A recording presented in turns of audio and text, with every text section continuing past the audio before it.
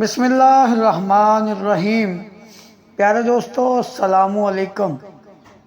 فاتح بیت المقدس سلطان صلاح الدین ایوبی رحمہ اللہ علیہ۔ چاروں آدمی اور لڑکیاں ایک بار پھر سجدے میں گر گئی۔ پروہت نے ام عمارہ کو کلین پر دو زانوں بٹھا کر اس کا سر آگے جھکا دیا اور وہ تلوار اٹھائی جس کا پھل پورے ہاتھ جتنا چوڑا تھا۔ ایک چھاپا مار جو سب سے آگے تھا رک گیا۔ اس نے سرگوشی کر کے پیچھے آنے والے کو روک لیا۔ پہاڑی کی بلندی سے انہیں چبوترا اور پتھر کا سر نظر آیا۔ چبوترے پر ایک لڑکی دو زانوں بیٹھی تھی جس کا سر جھکا ہوا تھا۔ شفاف چاندنی، چراغاں اور بڑی مشعلوں نے سورج کی روشنی کا سما بنا رکھا تھا۔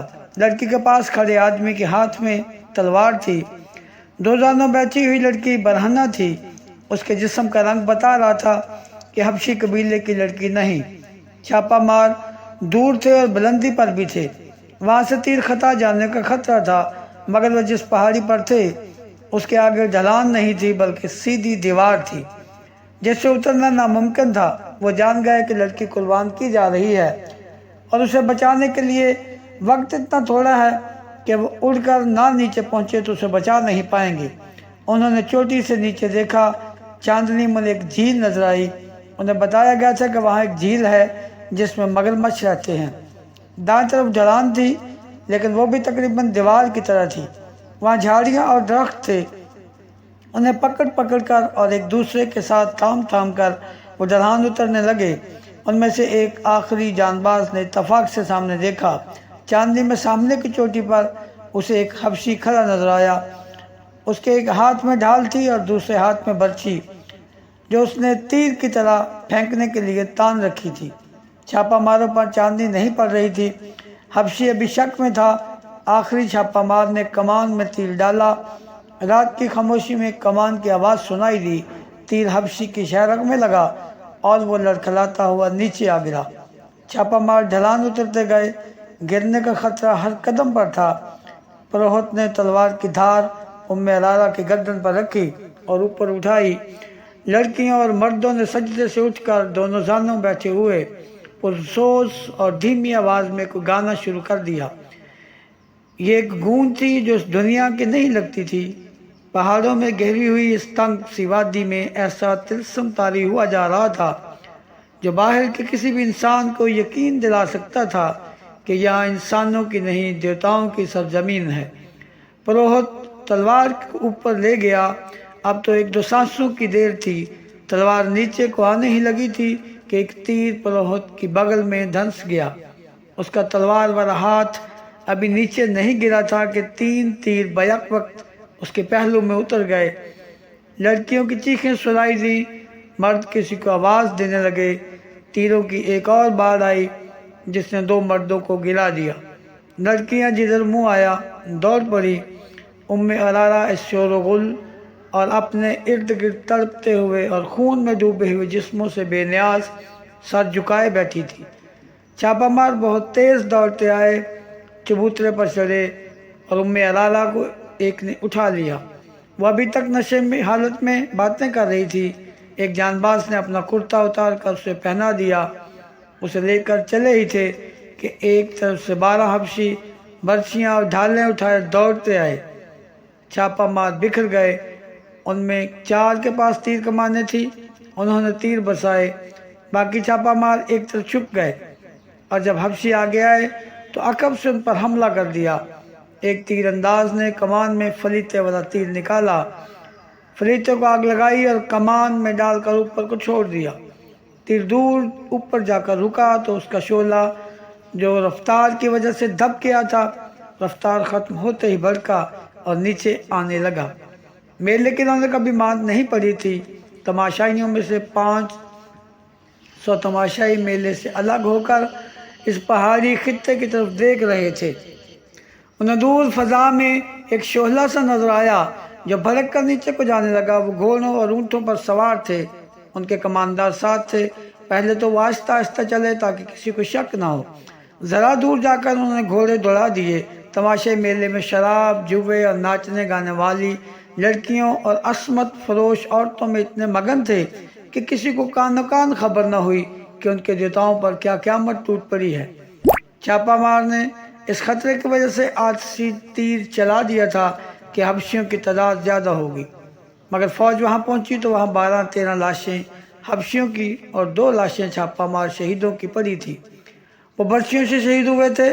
کمانداروں نے وہاں کا جائزہ لیا، پتھر کے منہ میں گئے اور تہہ خانے میں جا پہنچے۔ وہاں انہیں جو چیزیں ہاتھ لگیں وہ اٹھا لیں۔ ان میں سے ایک پھول بھی تھا جو قدرتی نہیں بلکہ کپڑے سے بنایا گیا تھا۔ حکام کے مطابق فوج کو وہیں رہنا تھا، لیکن پہاڑیوں میں چھپ کر چھاپا ماروں نے ارارا کو گھوڑے پر ڈالا اور قاہرہ کی طرف روانہ ہو گئے۔ صبح طلوع ہوئی، میلے کی رونق ختم ہو گئی تھی۔ بیشتر تماشائی رات شراب پی پی کر ابھی تک مدہوش پڑے تھے۔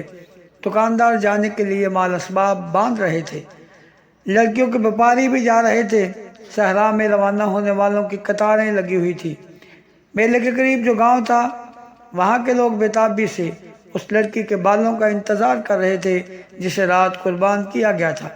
اس قبیلے کے لوگ جو دور دراز دیہات کے رہنے والے تھے، پہاڑی جگہ سے دور کھڑے دیوتاؤں کے مسکن کی طرف دیکھ رہے تھے۔ ان کے بڑے بوڑھے انہیں بتا رہے تھے کہ ابھی پروہت آئے گا، وہ دیوتاؤں کی خوشنودی کا پیغام دے گا اور ان میں بال تقسیم کرے گا، مگر ابھی تک کوئی نہیں آیا تھا۔ دیوتاؤں کے مسکن پر سکوت طاری تھا۔ اس منتظر ہجوم کو معلوم نہ تھا کہ وہاں فوج مقیم ہے اور اب وہاں سے دیوتاؤں کا کوئی پیغام نہیں آئے گا۔ دن گزرتا گیا۔ قبیلے کے جن نوجوانوں نے قربانی کی باتیں سنی تھی، انہیں شک ہونے لگا کہ یہ سب جھوٹ ہے۔ دن گزر گیا، سورج انہی پہاڑیوں کے پیچھے جا کر ڈوب گیا۔ کسی میں اتنی جرأت نہیں تھی کہ وہ وہاں جا کر دیکھتا کہ پروہت کیوں نہیں آیا۔ طبیب کو بلاؤ، سلطان ایوبی نے کہا۔ لڑکی پر نشے کا اثر ہے۔ ارارا اس کے سامنے بیٹھی تھی اور کہہ رہی تھی، میں انگھوک کی ماں ہوں، تم کون ہو؟ تم دیوتا نہیں ہو؟ میرا شوہر کہاں ہے؟ میرا سر کاٹو اور دیوتا کو دے دو، مجھے میرے بیٹوں پر قربان کر دو۔ وہ بولے جا رہی تھی، مگر اب اس پر غنود کی بھی طاری ہو رہی تھی۔ اس کا سر ڈول رہا تھا۔ طبیب نے آتے ہی اس کی کیفیت دیکھی اور اسے کوئی دوائی دے دی۔ ذرا سی دیر میں اس کی آنکھیں بند ہو گئی، اسے لٹا دیا گیا اور وہ گہری نیند سو گئی۔ سلطان ایوبی کو تفصیل سے بتایا گیا کہ پہاڑی خطے میں کیا ہوا اور وہاں سے کیا ملا ہے۔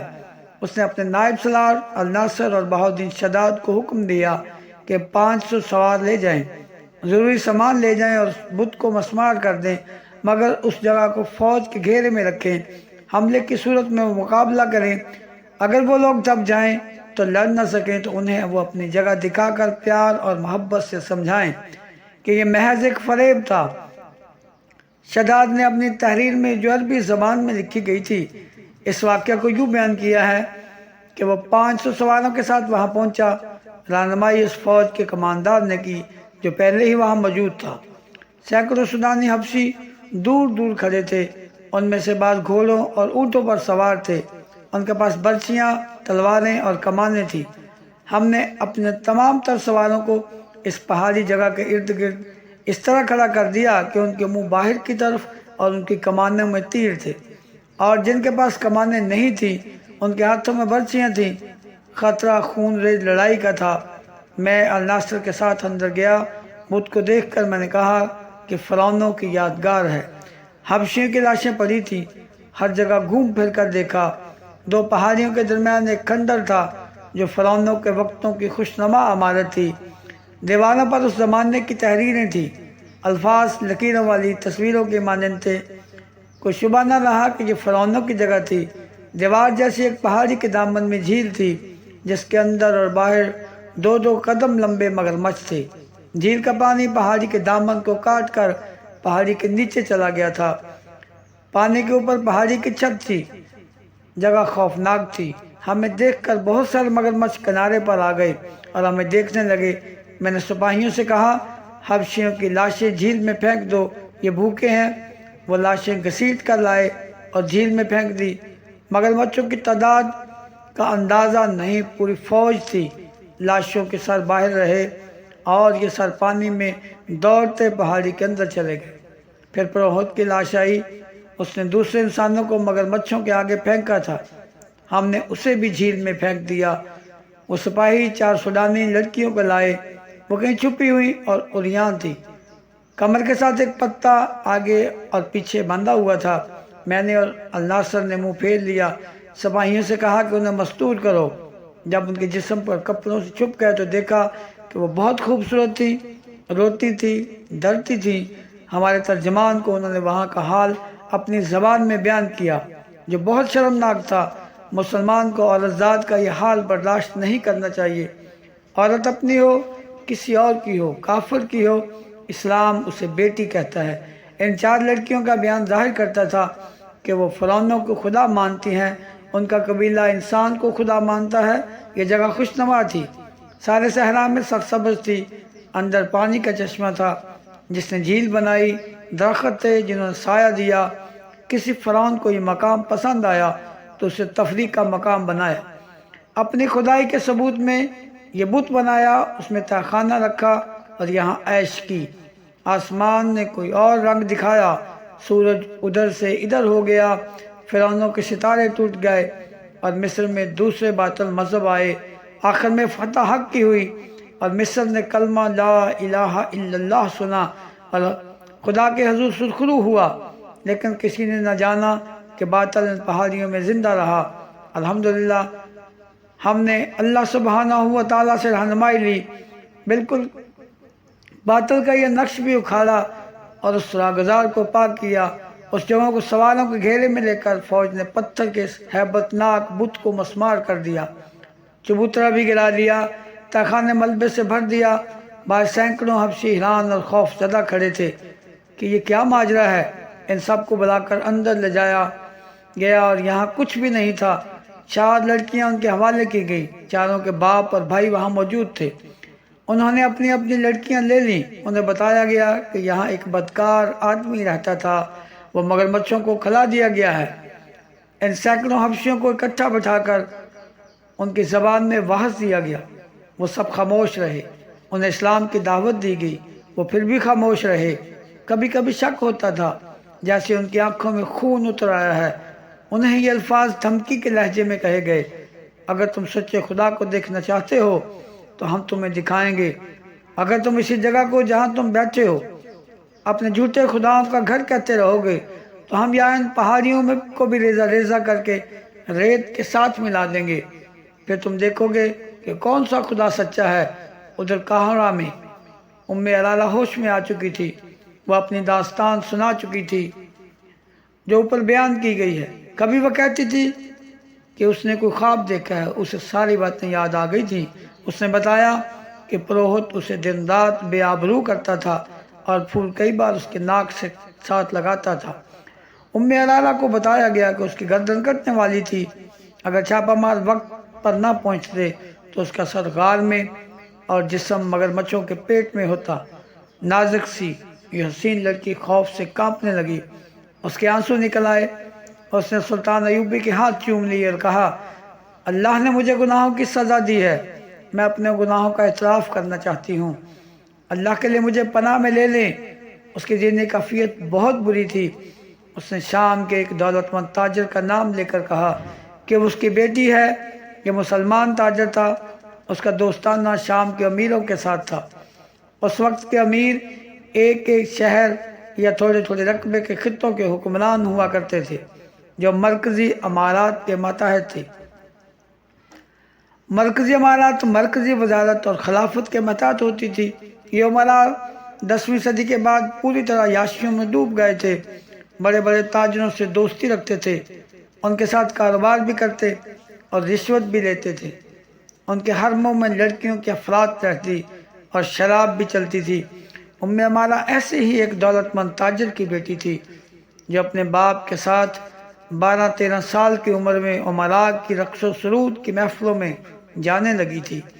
باپ غالباً دیکھ رہا تھا کہ لڑکی خوبصورت ہے، اس لیے وہ اسے لڑکپن میں ہی امراء کی سوسائٹی کا عادی بنانے لگا تھا۔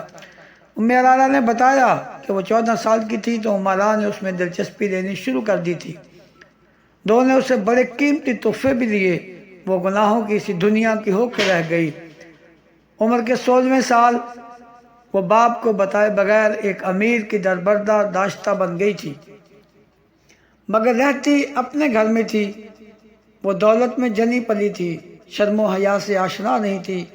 2-3 سال بعد وہ باپ کے ہاتھ سے نکل گئی اور آزادی سے 2 اور امراء سے تعلقات پیدا کر لیے۔ اس نے خوبصورتی، چرب زبانی اور مردوں کو انگلیوں پر نچانے میں نام پیدا کر لیا۔ باپ اس کے ساتھ سمجھوتا کر لیا۔ گزشتہ 6 سال سے اسے ایک اور ہی قسم کی ٹریننگ ملنے لگی تھی۔ یہ 3 امراء نے مل کر سازش کی تھی جس میں اس کا باپ بھی شریک تھا۔ اسے خلافت کی جڑیں کھوکھلی کرنے کی ٹریننگ دی جا رہی تھی۔ آگے چل کر اس سازش میں ایک صلیبی بھی شامل ہو گیا۔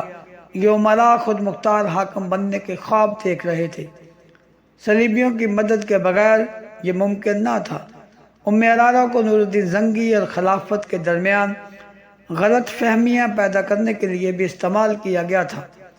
صلیبیوں نے اس مہم میں 3 عیسائی لڑکیاں شامل کر کے ایک زمین دوز محاذ بنا لیا۔ انہوں نے جب دیکھا کہ مصر میں صلاح الدین ایوبی نے نام پیدا کر لیا ہے اور اس نے 2 ایسے کارنامے دکھائے ہیں جس نے اسے مصر کا وزیر اور امیر نہیں بلکہ بادشاہ بنا دیا ہے، تو عرارہ کو خلیفہ العاضد کی خدمت میں تحفے کے طور پر بھیجا گیا۔ اسے مہم یہ دی گئی کہ خلیفہ کے دل میں صلاح الدین ایوبی کے خلاف دشمنی پیدا کرے اور سابق سوڈانی فوج کے جو چند ایک حکام فوج میں رہ گئے ہیں انہیں العاضد کے قریب کر کے سوڈانیوں کو ایک اور بغاوت پر آمادہ کرے۔ اسے دوسری مہم یہ دی گئی تھی کہ خلیفہ العاضد کو آمادہ کرے کہ سوڈانی جب بغاوت کرے تو انہیں ہتھیاروں اور ساز و سامان سے مدد دے، اور اگر ممکن ہو سکے تو صلاح الدین ایوبی کے فوج کا کچھ حصہ باغی کر کے سوڈانیوں سے ملا دے۔ خلیفہ اور کچھ نہ کر سکے تو اپنا محافظ دستہ سوڈانیوں کے حوالے کر کے خود صلاح الدین ایوبی کے پاس جا پناہ لے اور اسے کہے کہ اس کے محافظ باغی ہو گئے ہیں۔ مختصر یہ کہ صلاح الدین ایوبی کے خلاف ایسا محاذ قائم کرنا تھا کہ اسے مصر سے بھاگنے پر مجبور کر دے۔ عرارہ نے سلطان ایوبی کو بتایا کہ وہ مسلمان کے گھر پیدا ہوئی تھی، لیکن باپ نے اسے مسلمانوں کی ہی جڑیں کاٹنے کی تربیت دی، اور سلطنت اسلامیہ کے امراء نے اپنے دشمنوں کے ساتھ مل کر اپنی ہی سلطنت کو تباہ کرنے کی کوشش کی۔ اس لڑکی نے خلیفہ العاضد کا دماغ اپنے قبضہ میں لے لیا اور سلطان ایوبی کے خلاف کر دیا۔ رجب کو وہ سازش میں شریک کر چکی تھی۔ رجب نے 2 اور فوجی حکام کو اپنے ساتھ ملا لیا تھا۔ رجب نے اس سلسلے میں یہ کام کیا کہ خلیفہ کے محافظ دستے میں وہ مصریوں کی جگہ سوڈانی رکھتا تھا۔ عرارہ کو خلیفہ کے پاس لائے، ابھی 2 اڑائی مہینے ہوئے تھے، وہ قصر خلافت پر غالب آ گئی تھی اور حرم کی ملکہ بن گئی تھی۔ اس نے یہ انکشاف بھی کیا کہ خلیفہ سلطان ایوبی کو قتل کرانا چاہتا ہے، اور رجب نے حشیشین سے مل کر قتل کا انتظام کر دیا ہے۔ یہ محض اتفاق کی بات ہے کہ سلطان ایوبی نے خلیفہ کو بیکار وجود اور عیش پرستی سے تنگ آ کر اس کے خلاف کارروائی شروع کر دی تھی، اور یہ بھی اتفاق تھا کہ عرارہ کو وہی لوگ اغوا کر کے لے گئے جنہیں وہ سلطان ایوبی کے خلاف لڑانا چاہتی تھی۔ اور یہ اتفاق تو بڑا ہی اچھا تھا کہ سلطان ایوبی نے رجب سے محافظ دستے کی کمان لے لی اور وہاں اپنی پسند کا ایک نائب سالار بھیج دیا تھا، مگر ان اتفاقات نے حالات کا دھارا موڑ کر سلطان ایوبی کے لیے ایک خطرہ پیدا کر دیا۔ سلطان ایوبی نے عرارہ کو اپنی پناہ میں رکھا۔ لڑکی بری طرح پچھتا رہی تھی اور گناہوں کا کفارہ ادا کرنا چاہتی تھی۔ قدرت نے ایک ایسا دھچکا دے کر اس کا دماغ درست کر دیا۔ سلطان ایوبی ٹھنڈے دل سے سوچنے لگا کہ اس سازش میں جو حکام شامل ہیں ان کے ساتھ وہ کیا سلوک کرے۔ دوسرے دن الناصر اور بہاؤالدین شداد فرعونوں کا آخری نشان مٹا کر فوج واپس لے آئے۔ تو دوستو یہ تھی آج کی خوبصورت ویڈیو۔ اچھی لگے تو لائک کرنے کے بعد چینل کو سبسکرائب بھی کر دیں، بیل آئیکن کو دبا دیں تاکہ ہر نئی ویڈیو آپ تک سب سے پہنچ سکے۔ تو ملتے ہیں اگلی ویڈیو میں۔